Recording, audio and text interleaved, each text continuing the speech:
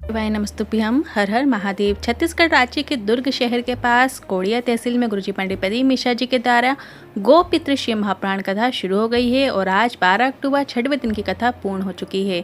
यह 7 दिवसीय शिव महाप्राण कथा है जो कि 7 अक्टूबर से 13 अक्टूबर तक आस्था चैनल यूट्यूब के माध्यम से देखी जा सकती है। अब सिर्फ एक ही दिन की कथा शेष है। आज की कथा बहुत ही अधिक रोचक जानकारी से भरपूर थी, जिसमें गुरुजी ने अच्छे पत्र पढ़े। साथ ही गुरुजी ने कल 13 अक्टूबर मासिक शिवरात्रि में सभी से बिल्कुल नया उपाय करने को कहा है। अगर आपको लग रहा है मेरी सारी राहें मेरी बंद हो गई हैं, भगवान मेरी सुनता ही नहीं है, जीवन में कष्ट ही कष्ट चल रहा है, कोई कार्य मेरा पूर्ण ही नहीं होता है, कोई कार्य में मुझे सफलता ही नहीं मिल रही है, जीवन में बहुत टेंशन है, तो आप कल नया उपाय ज़रूर करें। इस उपाय की जानकारी आपको इसी वीडियो के माध्यम से अंत में प्राप्त होने वाली है।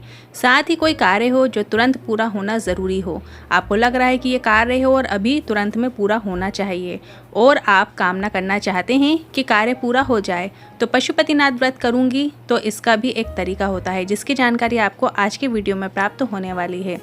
आज 12 अक्टूबर की कथा में गुरुजी ने 10 उपाय पत्र उपयोगी जानकारियां दी हैं। सभी की जानकारी आपको इसी वीडियो के माध्यम से देंगे। इसी कारणवश यदि आपने आज की कथा नहीं सुनी है तो पूरी कथा का रास्ता तो आपको एक छोटे से वीडियो से प्राप्त हो जाएगा। तो बढ़ते हैं आज की कथा की पहली जानकारी की ओर। सब जगह पर अमीरी गरीबी देखी जा सकती है, पर एक जगह जहाँ पर अमीरी गरीबी नहीं देखी जाती है वो है शमशान, जहाँ पर सबकी शान सम है, वही है शमशान। बढ़ते हैं आज की कथा की दूसरी जानकारी की ओर। 3 नशा इस संसार में सबसे बड़ा सबसे भारी होता है। पहले प्रकार का नशा शराब का नशा होता है जो 4 घंटे में उतर जाता है। ये एक ऐसा नशा होता है जिसमें केवल एक व्यक्ति बर्बाद नहीं होता, उसका पूरा घर बर्बाद हो जाता है और तुम्हारी शराब और कोई नहीं छुड़वा सकता। ये तुम्हें स्वयं अरे दृढ़ संकल्प से ही छूट सकती है। और दूसरा है धन का नशा, सत्ता का नशा, कुर्सी का नशा, वैभव का नशा। ये नशा ऐसा है जो धन जाने के बाद, कुर्सी जाने के बाद, सत्ता जाने के बाद अपने आप ही उतर जाता है। और तीसरा नशा है भगवान की भक्ति का नशा, जो जिंदगी भर नहीं उतरता। बढ़ते हैं आज की कथा की तीसरी जानकारी की ओर। रमेश कुमार जी पत्र लेकर आए। मुझ पर बैंक ने झूठा केस बनाकर 2002 में सस्पेंड कर दिया था। मैं बैंक में था, 20 वर्षों तक नौकरी से सस्पेंड रहा। टीवी में कथा सुनी, 1 लोटा जल अर्पित करना शुरू किया, हिम्मत हार गया था और हाई कोर्ट बिलासपुर में केस लड़ा। 20 साल में केस जीता। केस लड़ते लड़ते खुद ही वकील बन गया। केस लड़ते लड़ते रिटायरमेंट भी हो गया और केस जीता और मुझे रिटायरमेंट मिला। बढ़ते हैं आज की कथा की चौथी जानकारी की ओर। शंकर भगवान के मंदिर में जाओ तो एक बात ध्यान रखो, शिवलिंग पर या उसके आसपास कोई खाने पीने का सामान और कोई मीठा सामान जैसे गुड़ या शक्कर को नहीं छोड़ना है। शंकर भगवान के ऊपर आपको शिवलिंग के ऊपर कोई भी मीठा सामान अर्पित नहीं करना है, दूर से ही अर्पित कीजिएगा। बढ़ते हैं आज की कथा की 5वीं जानकारी की ओर। अगर कोई कीड़ा या चींटी भूलवश भी शंकर भगवान के मंदिर तक पहुंच जाती है, शिवलिंग तक पहुंच जाती है, तो वह शिवलिंग का स्पर्श होते ही, गंगा जल प्राप्त करते ही वैकुंठ को चली जाती है। बढ़ते हैं आज की कथा की 6वीं जानकारी की ओर। रुद्री के बारे में बताते हुए गुरुजी ने कहा, अगर कोई ब्राह्मण अपने जजमान के घर ही रुद्री करा देता है तो उसे अपने जीवन के सभी सुख प्राप्त हो जाते हैं और सारे कष्ट नष्ट हो जाते हैं। तो करवाने वाले जजमान को कितना लाभ मिलता होगा आप सोच सकते हैं। बढ़ते हैं आज की कथा की 7वीं जानकारी की ओर। गीता वर्मा जी हनुमान नगर से पत्र लेकर आई। मेरी भतीजी की शादी के कई साल हो गए थे, संतान सुख नहीं था। हम सीहोर गए, हम सब 27 लोग थे। जितने लोग गए थे सबका यही मन था कि इसकी गोद भर जाए, पर सीहोर में बहुत भीड़ थी, दीवार के अंदर नहीं पहुंच पाए। फिर हमने रात्रि वहीं विश्राम किया। एक व्यक्ति ने चुपके से हमें रुद्राक्ष लाकर दे दिया और हम फिर अगले दिन चले गए। सफ़ेद आंकड़े की जड़ वाला उपाय किया और 1 हफ्ते के अंदर मेरी भतीजी की गोद भर गई। उसी का आभार व्यक्त करने कथा पंडाल में आए हैं। बढ़ते हैं आज की कथा की 8वीं जानकारी की ओर। गंगादेव साहू जी पत्र लेकर आए। मेरे पुत्र का एक्सीडेंट हो गया जिससे कि आँख के पास चोट आई और उसकी जो नस है मस्तिष्क के पास की वो फट गई। कई हॉस्पिटल में ले गए, फिर एक हॉस्पिटल में उसे वेंटिलेटर में डाल दिया गया।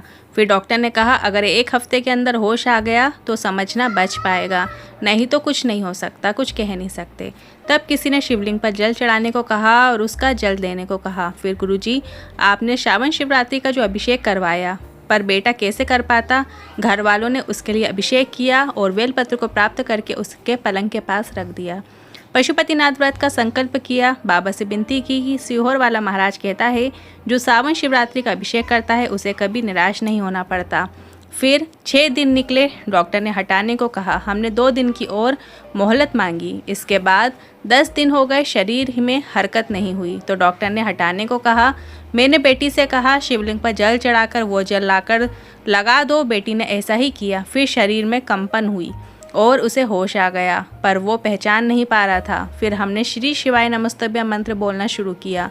उससे भी बुलवाया और उसे देखकर थोड़ा थोड़ा पहचानना शुरू किया। कुछ दिन निकले पर उसे पैरालिसिस का अटैक भी आ गया। हाथ पांव काम करना बंद कर दिए। डॉक्टर ने घर ले जाने को बोल दिया। इसके बाद हमने घर ले आए और शिवलिंग पर जल चढ़ाते और उस जल को हम पिला देते और शरीर में भी लगा देते। धीरे धीरे समय निकला और मेरा बेटा चलने भी लगा है। उसका हाथ पांव भी कार्य करने लगा है। उसी का आभार व्यक्त करने कथा पंडाल में आए हैं। आज की कथा की 9वीं जानकारी की ओर जी ने आज की कथा में ये बहुत अच्छा उपाय बताया है, ध्यान से सुनिएगा। कभी मौका मिल जाए तो 1 बेलपत्र ले लीजिए, 1 धतूरा ले लीजिए, 1 शमी पत्र ले लीजिए और 1 सफ़ेद पुष्प, कोई भी जो आपको मिल जाए वो ले लीजिए। और एक साथ ही 1 चावल का दाना लेना है। चावल का दाना आपको ऐसा लेना है जो कहीं से भी खंडित ना हो, क्योंकि शिव जी को हमेशा पूर्ण चीज़ ही समर्पित होती है। ये सब चीज़ें हाथ में लेकर अगर आपको लग रहा है मेरी सारी राहें बंद हो गई हैं, भगवान मेरी सुनता ही नहीं है, जीवन में कष्ट ही कष्ट चल रहा है, कोई कार्य मेरा पूर्ण ही नहीं होता है, कोई कार्य में मुझे सफलता ही नहीं मिल रही है, जीवन में बहुत ज़्यादा टेंशन है, तो 12 महीने में आने वाली शिवरात्रि के दिन आपको ये विशेष उपाय करना है। ये उपाय आप दोपहर, शाम या सुबह कभी भी कर सकते हैं। कल 13 अक्टूबर है, कल भी शिवरात्रि है। आप चाहो तो कल भी ये उपाय कर सकते हैं। ये उपाय करते समय आपको त्रिपुरारी का नाम लेना है। त्रिपुरारी स्मरण करते हुए भोलेनाथ से अपने दिल की बात कहते हुए, जो भी आपके अंदर कष्ट है, तकलीफ है, कामना है, वो तकलीफ भोले बाबा से कहते हुए शिवलिंग पे ये सारी चीज़ें, बेलपत्र, धतूरा, शमी पत्र, 1 सफ़ेद पुष्प और 1 चावल का दाना आपको अर्पित कर देना है। सभी चीज़ें एक साथ शिवलिंग के ऊपर अर्पित कर दीजिए। एक बार में भी आप अर्पित कर सकते हैं। विशेष उपाय आप कल मतलब 13 अक्टूबर को करके अधिक से अधिक लाभ प्राप्त कर सकते हैं। बढ़ते हैं आज की कथा की 10वीं जानकारी की ओर। मान लो बहुत ज़रूरी काम है और सोमवार आने में टाइम है और आप पशुपतिनाथ व्रत के साथ कामना करना चाहते हैं कि मेरा ये कार्य पूरा हो जाए, तो मैं पशुपतिनाथ व्रत करूँगा या करूँगी। तो गुरुजी ने इस प्रकार से कामना करने का भी एक सरल तरीका बताया है। जब लगे कि आज हमें कामना करना है कि आज हमारा कार्य हो जाए, तो आपको 1 चावल का दाना, 1 सफ़ेद पुष्प को अपने हाथ में रखते हुए कामना करना है कि हे पशुपतिनाथ, मेरा यह कार्य अटका हुआ है, पूर्ण हो जाए। मैं आपका पशुपतिनाथ व्रत पूरी श्रद्धा और विश्वास से रखूंगी। कृपा करो भोलेनाथ। और ये सफ़ेद पुष्प और 1 चावल का दाना माता अशोक सुंदरी के स्थान पर आपको अर्पित कर देना है। बस आपको इतना ही करना होता है। आने वाले सोमवार से फिर आप पशुपतिनाथ व्रत करना शुरू कर सकते हैं। अब बढ़ते हैं अगली जानकारी की ओर। कल की कथा में गुरुजी ने एक गाय के दूध से जुड़ा हुआ बिल्कुल नया उपाय बताया था।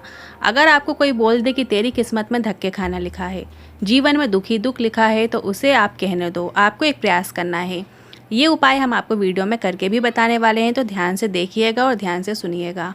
इस उपाय को करने के लिए गौ माता के दूध की आवश्यकता होगी, साथ ही गौ माता के घी की आवश्यकता होगी और 1 बेलपत्र की आवश्यकता होगी। ये काफ़ी सरल और आसान उपाय है। बस आपको 1 बेलपत्र लेना है और इसमें जो 3 पत्तियां होती हैं, उसमें बीच वाली पत्ती में ऊपर की ओर और नीचे की ओर दोनों साइड आपको गाय का दूध लगा लेना है। इसके बाद बची हुई नीचे की दोनों पत्तियां हैं, उसके चिकने भाग में आपको गाय का घी लगा लेना है और इसे आप शिवलिंग पर चिपका दें या फिर शिवलिंग के ऊपर आप अर्पित कर सकते हैं। ये विशेष उपाय आप सिर्फ और सिर्फ सोमवार की अष्टमी के दिन करना है। दुख नहीं आ सकता है और अगर आ भी गया तो उसका आपको अनुभव नहीं होगा। गुरु जी का बताया गया बिल्कुल नया उपाय गाय के दूध वाला उपाय है। अब बढ़ते हैं अगले उपाय की तरफ। कभी आपको जीवन में बड़ी बीमारी का क्रम लग रहा हो तो आपको डॉक्टर के पास तो जरूर जाना चाहिए, क्योंकि डॉक्टर भी शंकर का ही एक स्वरूप है जो आपके प्राणों की रक्षा करते हैं। पर साथ में जब तुम जांच कराने जाओ तो उसके पहले आपको कुशा का जल उपाय के लिए बहुत महत्व रखता है। कुशा क्या होती है, जैसा कि आप वीडियो में देख सकते हैं, यह आपको पूजा पाठ वाली शॉप पर मिल जाएगी। इस तरीके से आपको कुशा ले लेना है और उसे एक तांबे के कलश में जल भर लेना है और उसमें डुबो लेना है। थोड़ी देर डाले रखिए। इसके बाद उस कुशा को निकाल लीजिए। इसके बाद उस जल को आपको माता अशोक सुंदरी के स्थान पर और शिवलिंग में जो बीच का स्थान होता है, जो कटी भाग होता है, वहाँ पर अर्पित करना है। इसमें आपको शिवलिंग के ऊपर अर्पित नहीं करना है, फिर सिर्फ 2 जगह आपको अर्पित करना है। एक जलाधारी में अशोक सुंदरी का जहाँ स्थान है वहाँ पर, और जो गोलकटी भाग है वहाँ पर आपको अर्पित करना है। इसके बाद थोड़ा सा जल प्राप्त करके आपको अपनी बीमारी वाली जगह पर लगा लेना है, या फिर आप अपने ऊपर उस जल के छिंटन कर लेना है। कभी कोई बड़ी बीमारी नहीं हो सकती, ये निश्चितता है। इन उपायों से लेकर मन में कोई सवाल या क्वेश्चन है तो आप कमेंट बॉक्स के जरिए पूछ सकते हैं। वीडियो थोड़ा भी उपयोगी लगा हो तो वीडियो को लाइक करके कमेंट बॉक्स में हर हर महादेव जरूर टाइप कीजिएगा। श्री शिवाय नमस्तुभ्यम।